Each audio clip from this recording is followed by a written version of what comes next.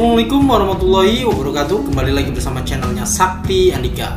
Di video kali ini kita akan membahas tentang asteroid Apollo ukuran besar akan mendekati bumi saat Ramadan. Dikutip dari kumparan.com.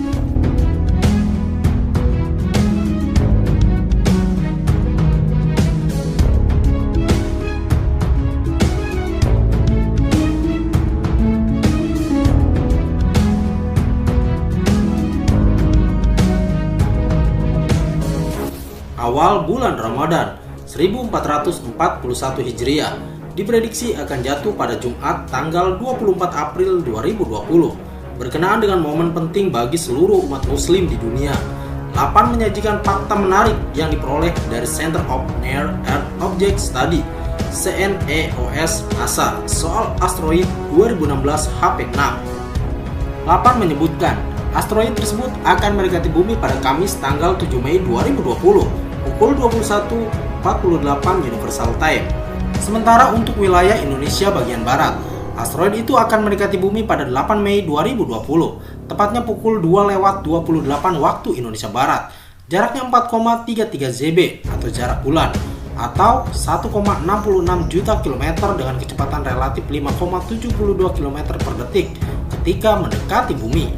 Asteroid itu dikategorikan sebagai asteroid Apollo. Apa itu asteroid Apollo? Apollo merupakan asteroid yang memiliki sumbu setengah panjang lebih besar dibandingkan orbit bumi, 1 astronomi SA, tetapi jarak perhelionnya lebih kecil dibandingkan aphelion bumi, 1,017 SA.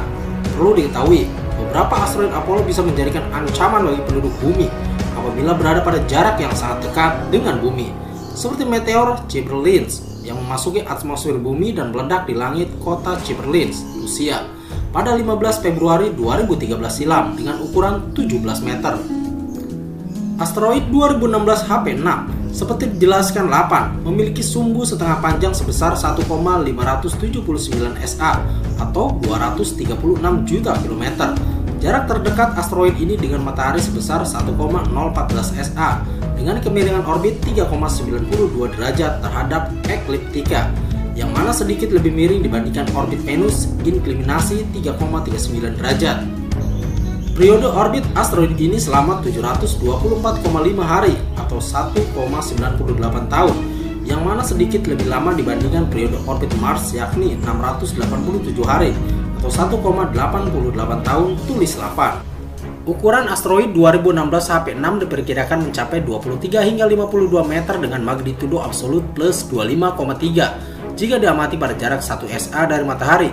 Asteroid ini memiliki jarak perpotongan orbit minimum orbit interaction distance moid sebesar 0,00538117 SA atau 805.000 km terhadap orbit bumi, yang mana jauh lebih kecil dari 0,05 SA atau 7,5 juta kilometer. Namun magnitudo absolutnya lebih besar daripada plus 22. Menurut Jet Propulsion Laboratory (JPL) NASA, lintasan orbit asteroid dapat berubah dikarenakan tarikan gravitasi planet. Ilmuwan percaya asteroid sesatan atau stray asteroid maupun pecahan dari tabrakan asteroid lebih awal telah menabrak bumi di masa silam, yang mana berperan penting dalam evaluasi planet bumi. Sedangkan menurut Planetary Defense Coordination Office NASA, jatuhnya asteroid adalah proses alami yang terjadi terus-menerus setiap harinya.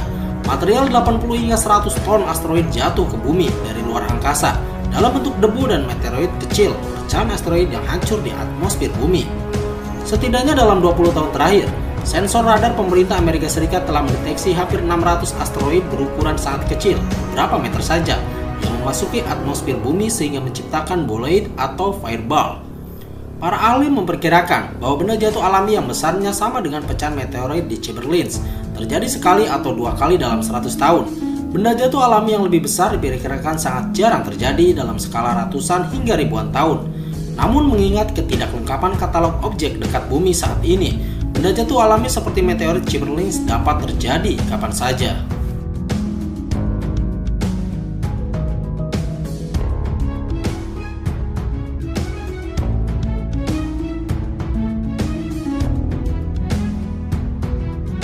Menarik lurus dari apa yang diumumkan NASA tentang asteroid Apollo yang akan mendekati bumi di bulan Ramadan. Hal ini sesuai dengan apa yang lagi ramai diperbincangkan di Indonesia, khususnya umat muslim tentang Dukhan. Apa itu Dukhan? Seperti tertulis dalam surat Ad-Dukhan ayat 10, maka tunggulah hari ketiga langit membawa asap yang nyata. Kabut asap itu jauh lebih dahsyat dari kabut-kabut asap yang membekap sebagian wilayah Indonesia ketika kemarau tiba. Kabut asap panas yang bernama Dukhan itu akan menyelimuti bumi selama 40 hari dan 40 malam. Situasi yang digambarkan saat terjadinya Dukhan yaitu gelap gulita, asap tebal dan oksigen yang menipis. Keadaan tersebut membuat nyawa para manusia serasa berada di ujung tanduk.